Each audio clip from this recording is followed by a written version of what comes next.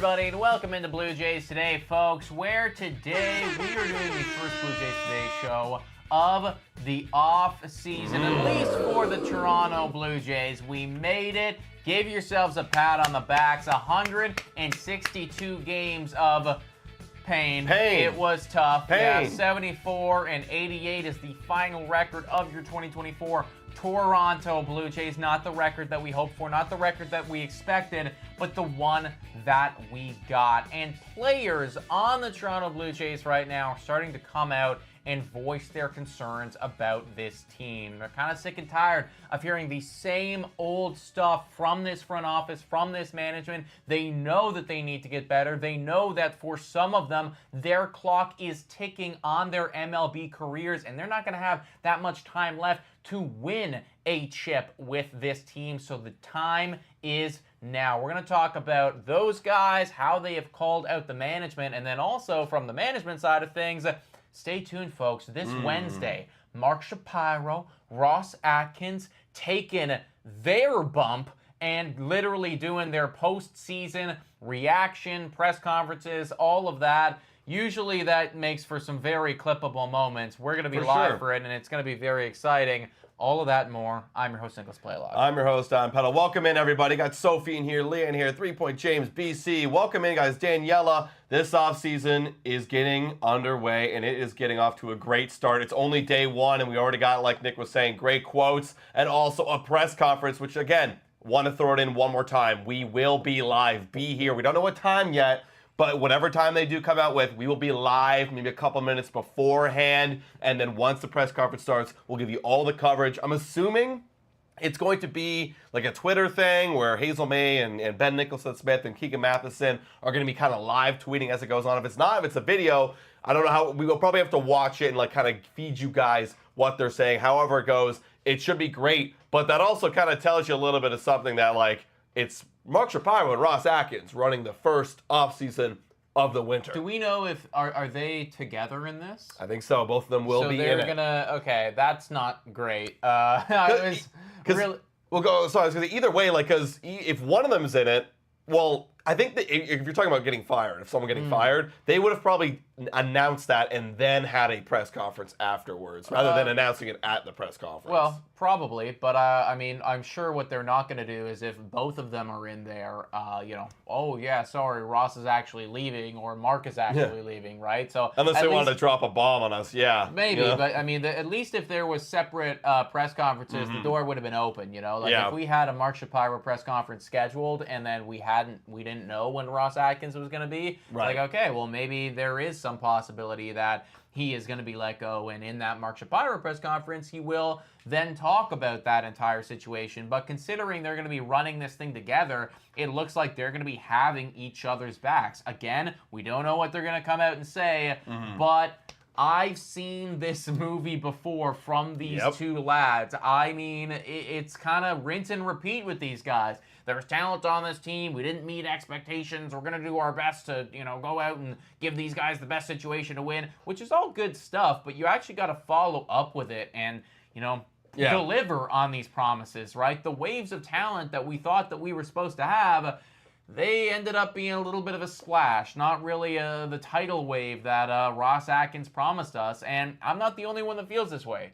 Kevin Gausman feels the exact same way about me, talking about this. He's sick and tired, actually, of hearing about the talent. He doesn't want to hear about this shit anymore. He wants to go out and win ball games. You can have all the talent in the world, but if you're not winning, it doesn't matter.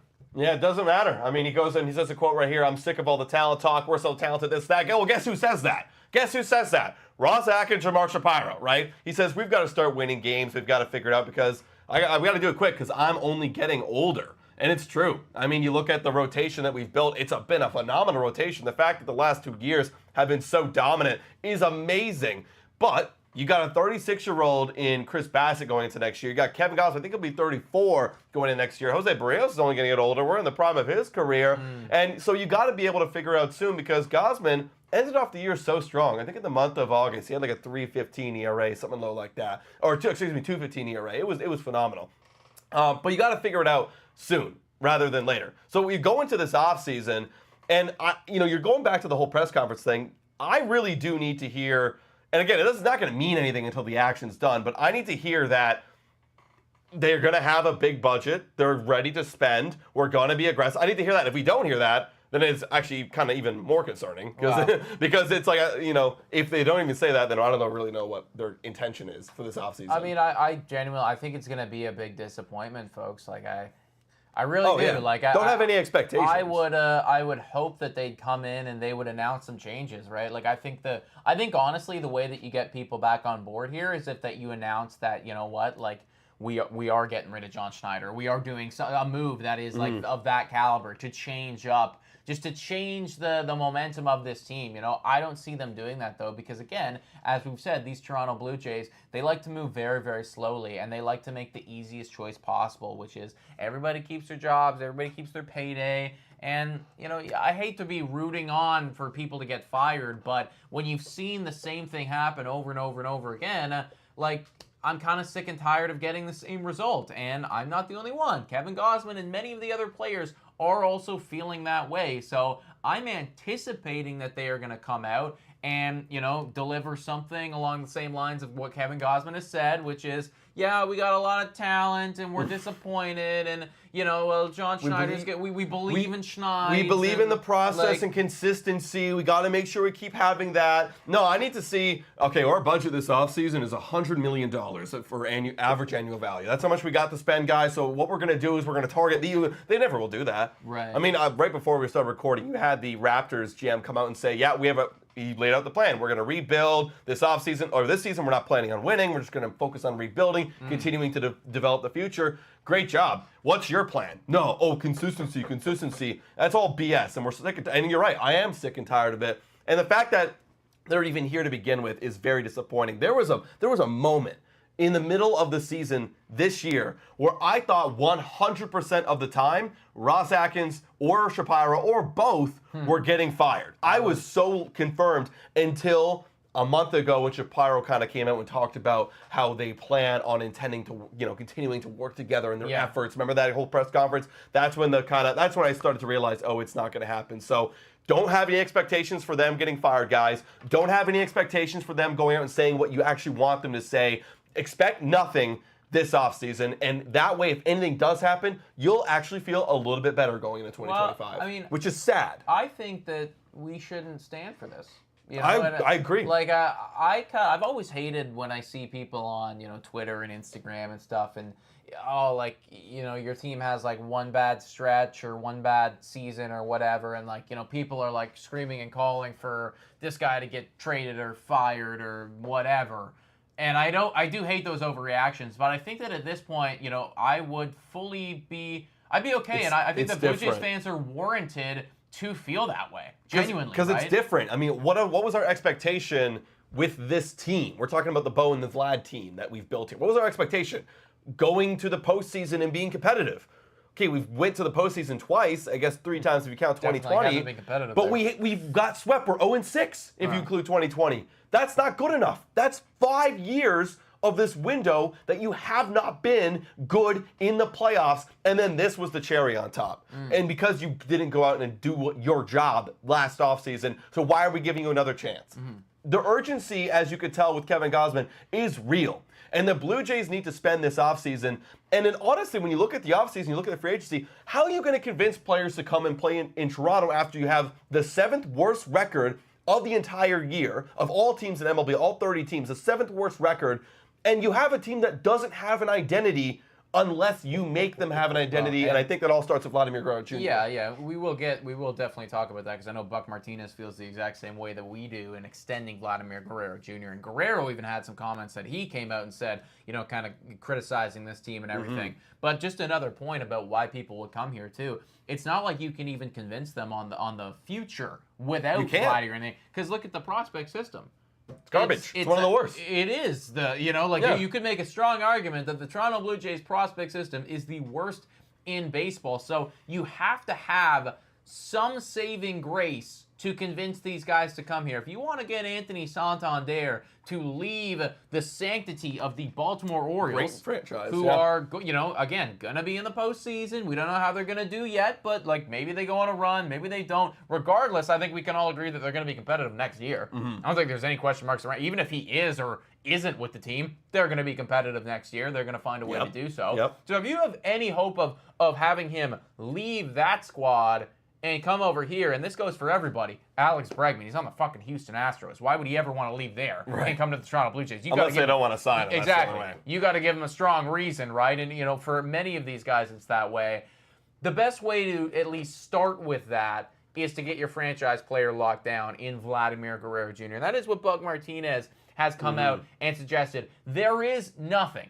We don't, nothing will happen until that happens. It's the first domino that will hopefully then get things, get the snowball rolling, and I do agree. See, I thought the first domino would be firing Ross Atkins, but clearly you're right. I know, not to disagree with you, but like that domino was clearly taken out of place in my ideal offseason. So now the next domino is signing Vladimir Guerrero Jr. because, if you just look at the window, how are you going to convince anybody, come sign a 4-year contract? Because a lot of these players that are talented on this free agent pool, and we're going to definitely be diving into that so much more in the next month, 2, 3, 4 months of baseball in this offseason.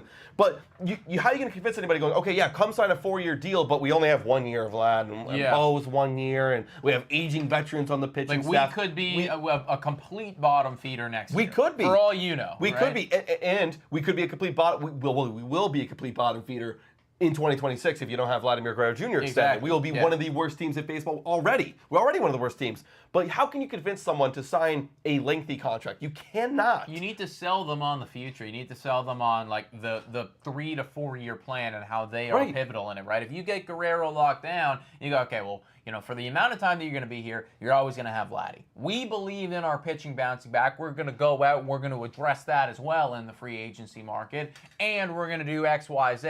With you coming here, this is why we're going to succeed. This is why you're going to... Now you can at least start to have an argument. If you don't have Guerrero locked down, like with the record that we have and the prospect system that we have and all this shit, I mean, like, if I'm a 30-year-old guy... And I'm thinking to myself, okay, maybe I got like 4 or 5 years left of like pretty good production to win myself a chip.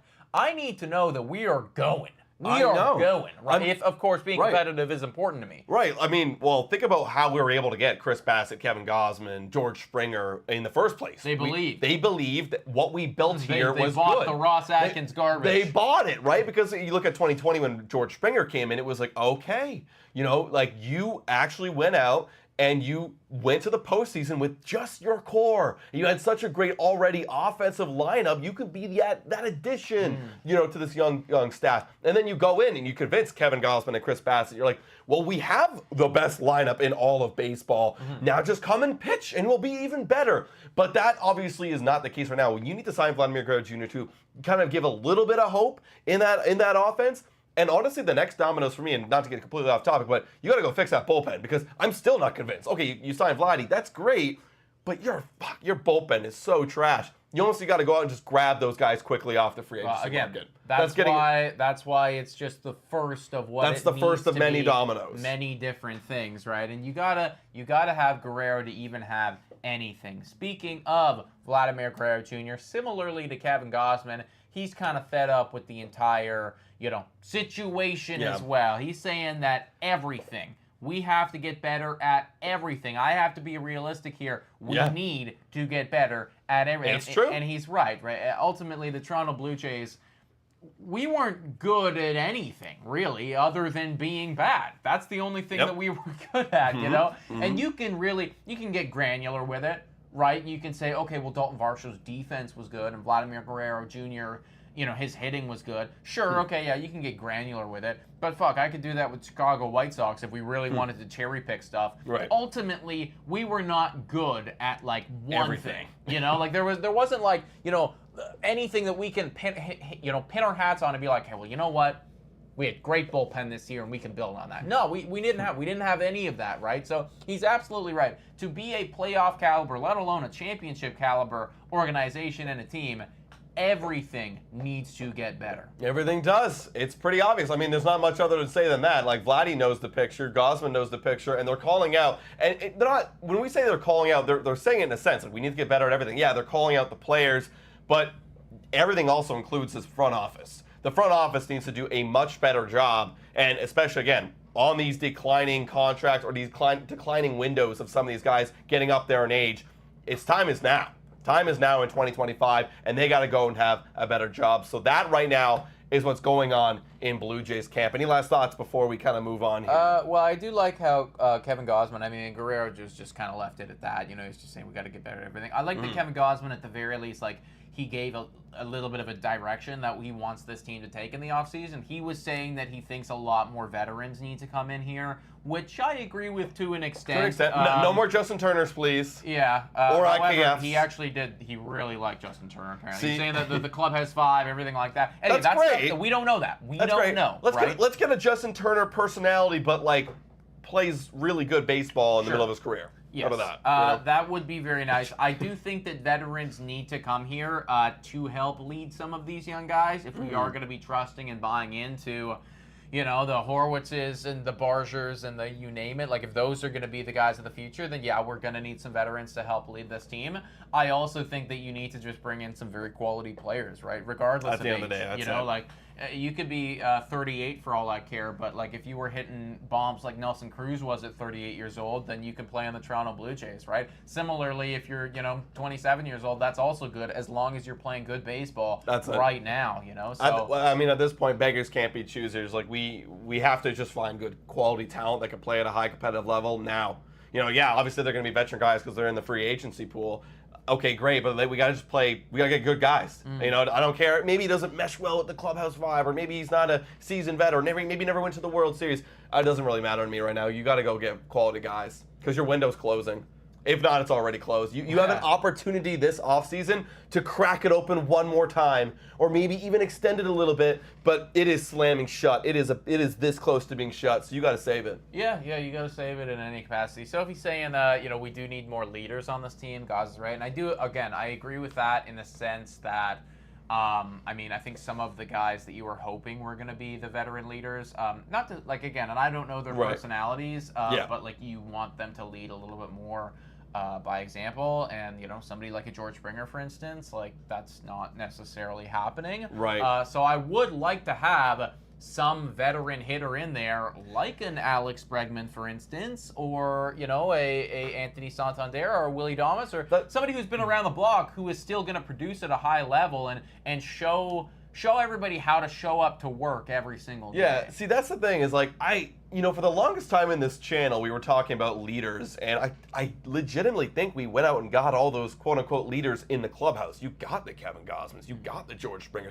the Chris Bassett, a very strong personality, and now you're even starting to see Vladimir Guerrero show up in a bit of a leader sense, in the last year of baseball. I think you got those guys, and they're veteran guys on this team. Bringing in a Santander isn't going to immediately, like, in the clubhouse, take over the leadership personality role, but Nick's right. You got to lead by example. If you got to bring somebody in who's going to come in and put up, just do their work. Someone from the outside of this organization is going to come up, see their daily routine, who's going to put up work and get numbers on the field for these younger guys who need a little bit more of that. Because, Go ahead. You know what we need?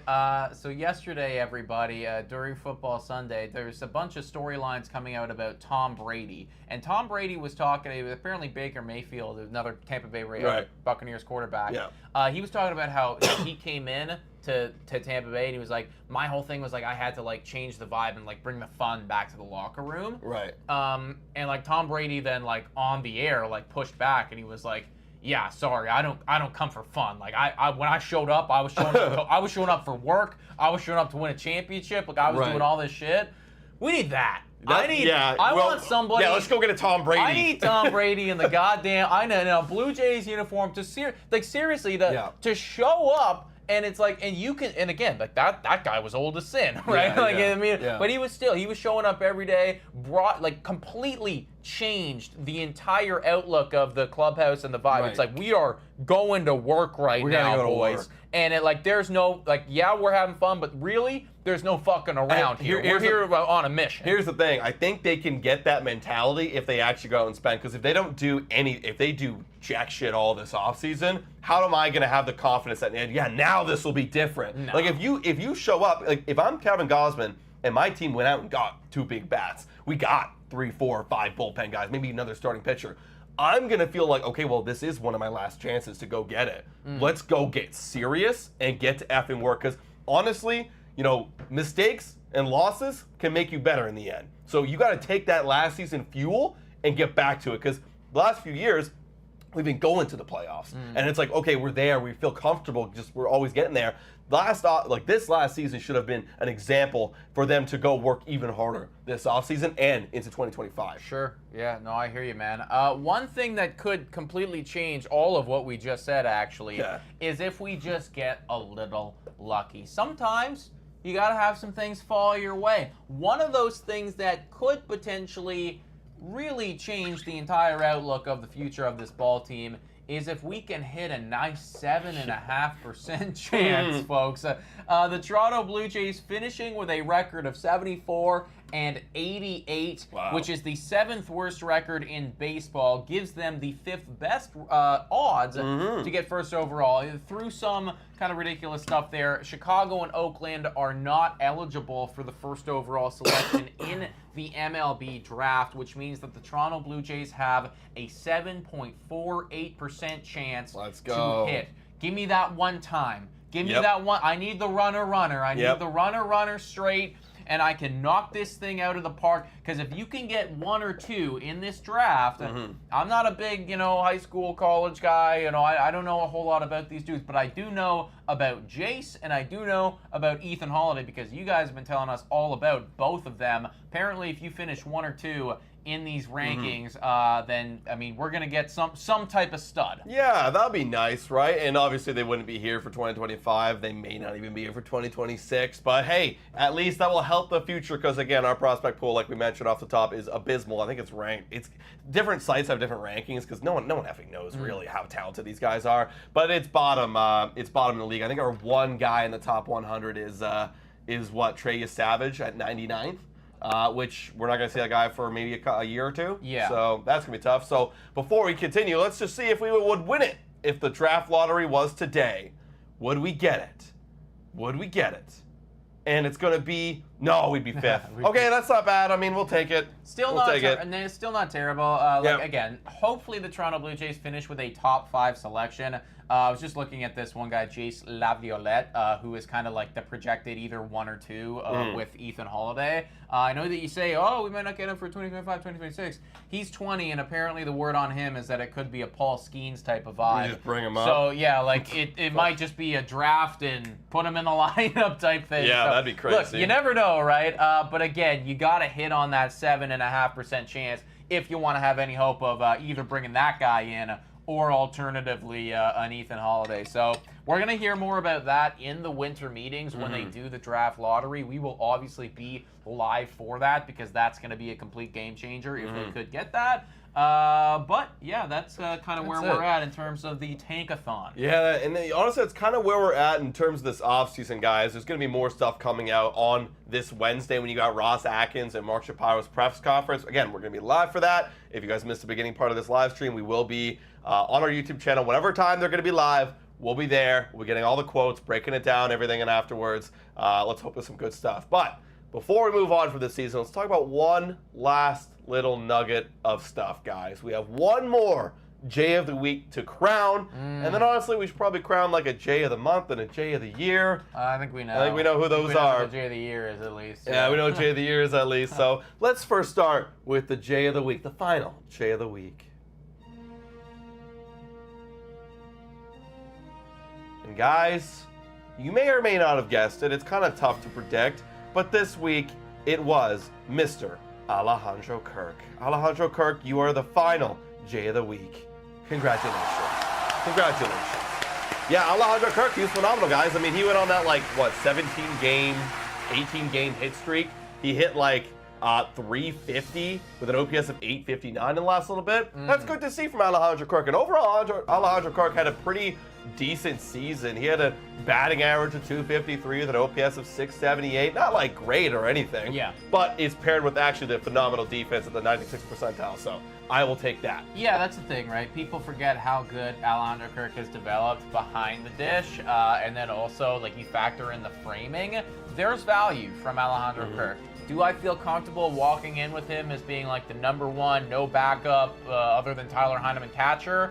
Probably not. I think that Alejandro Kirk at this point, you know, again, beggars can't be choosers, but like I would love it if he could be the 1A, and then you go out and you do pick up some type of veteran in some capacity. You know, give me that 35-year-old Osmani Grandal or whatever, right. You know what I mean? And he could play 60 games, and Alejandro can rock with the other 100. Yeah, you know? like a 1A, 1B running back situation for football. You know, like there's no like clear #1 catcher that's going to come over and take over the job in this free agency pool. So you kind of got to run with what is available to you. I think that's the vibe for sure. Looking at some of the other finishing statistics for the Toronto Blue Jays, because it is all said and done now. This is the month of September right here, which obviously Bowden Francis popped off with, and I mean, you can make a strong argument that he would be the J of September. But, yeah, because on the hitting side of things, Vlad was good. He had like an 875 OPS, you know, but he definitely cooled off. Gosman too. I know Sophie was talking about Gosman, but yeah, I mean, Bowden still killed it. Just better in the WHIP, better in the innings, better in the ERA. He was a little bit better. So I got to give it again to Bowden Francis, honestly, for J of the Month. Yeah, Bowden Francis was truly phenomenal. And obviously, I mean, it goes without saying, but Vladimir Guerrero Jr., the season as a whole, I mean, that would clearly be the J of the Year. J of the Year. It was tough to see that there was no 200 hits. He ended up at 199, which, again, I mean, still an incredible year. But would have been nice to get to that number 200. 98 runs scored, 103 RBIs, 2 stolen bases, and an OPS of 940 across the board. Good job. Yeah, you know, exactly, right? Like, I'm not going to criticize a year like that. I mean, that's just as, you know, if you do that every single season, you're going to the Hall of Fame. So yeah, you are. That is very solid from Guerrero. And other than that, I mean, like, there was a lot of underperformances. George Springer we've gotten on time and time again this year, but I mean that 674 OPS just needs to be a lot better for the $25 million that you're getting paid. Ernie Clement, at the end of the day, I mean, wasn't really brought in here to hit, but you know, 263 batting average. I'm not going to complain that much. Varsho, he kind of is what it is. He is what it is, man. Spencer Horwitz, we're very excited about for the future, but you know we don't want to get our hopes too high there because you are dealing with small sample size. You are under 100 games. We saw what happened with Babe Schneider. I think the situation is a little bit different, but you know, again, when you look at Babe Schneider, we fell off hard, and I was extremely high on David Schneider walking into this season, as I think were a lot of us. Clearly, that didn't materialize. Yeah, Bo Bichette. I mean, we know what this is. Not a good season from Bo Bichette at all. He literally hit 4 home runs in 81 games. If you had to, you know, label, I mean, not to be too negative here, but if you had to label kind of like your single biggest disappointment on the Toronto Blue Jays team, you think it's Bo? Bichette, yeah, for sure. Yeah. I mean, you go from you were supposed to be the second best player on this team to the worst and playing half the season. Sure. Yeah, it's pretty. I mean, you could make an argument for Springer. Maybe you can even toss out an argument, I guess, for Manoah if you were higher on him. We all forget about that guy. But it is definitely Bo Bichette for me. I get that. Yeah, I was thinking like the only guys that maybe could rival him for me would be like a Jordan Romano or Eric Swanson or Tim Meza. Holy shit! Don't even remind me about that. Right. But clearly, like there's many guys in the bullpen that you could kind of lump in as being really bad. And I got to give some credit to Eric Swanson though. Like he actually finished off the year pretty strong. In September, he actually had a 1.69 ERA in 10 innings pitched, low WHIP of 0.75. So honestly, like I think it was post All-Star I started to notice Eric Swanson. yeah, like being Eric Swanson. He's putting up Eric Swanson numbers. So that kind of gives me confidence, just like it gives me confidence with Kevin Gausman going into next year. At least we got those guys kind of, they still can cook when they're back up to speed. Yeah, 100%, right? I mean, like, he was kind of behind the 8 ball from day one, and it just took him, I think, a lot longer than we needed it to take for him to start to get good at baseball again. So he is going to be critical next year, as will probably Jordan Romano and many other people in that bullpen. Yeah, it's gonna be a lot to talk about, guys. Honestly, as the season goes on, we'll continue. But that's pretty much it for what's happening with these Blue Jay boys. Unless there's something else that you thought of bringing up, talk about. No. I think that we're gonna call the Blue Jays Today show. They are a little bit shorter because there is no series to look at moving forward. But we are going to be live for that press conference happening on Wednesday morning. Mark Shapiro, Ross Atkins. I'm really hoping that we get something different than what we've seen in the past, because we got over 100 people in here, and all of you are kind of sick and tired of hearing the same shit, as are we. So stay tuned for that Wednesday, whenever it is revealed. You know, if it's at 11, we'll be alive at 10:45 type thing, and we'll be going through it all together. Yes, we will. Before we end it off, we got to review one of the bigger series actually of the season, the Toronto Blue Jays season. Probably one of the biggest ones, more important than the Blue Jays. Before we do, though, let's go give a quick shout out to the sponsor of this video, If It Wants to Play. Time for a quick shout out to Betway. Betway is the best place to make all of your sports bets on all of your favorite teams. Betway is in collaboration with iGaming Ontario, so you must be 19 years or older to participate. You can also scan the QR code to make your account today. And guys, please bet responsibly. Now, back to the content. Shout out to Betway, everybody, for being absolutely phenomenal. Are you looking at the Mets series? Am I looking? I actually don't have one up right now. Oh, okay. It kind of wasn't working, so. But yeah, if you guys are actually looking for some good baseball to watch today, you gotta watch the Mets and Braves. Yeah. We're gonna break it down, or we did break it down on Bat for Baseball. It's coming out a little bit later, but you gotta look at that, because if there's a sweep, the Diamondbacks are in. If there's no sweep, the Diamondbacks are out. And it all depends. Like, whoever wins Game 1 will probably bench a lot of their guys for Game 2. Yeah. So it's big implications there, guys. So no, honestly, like we were breaking it down.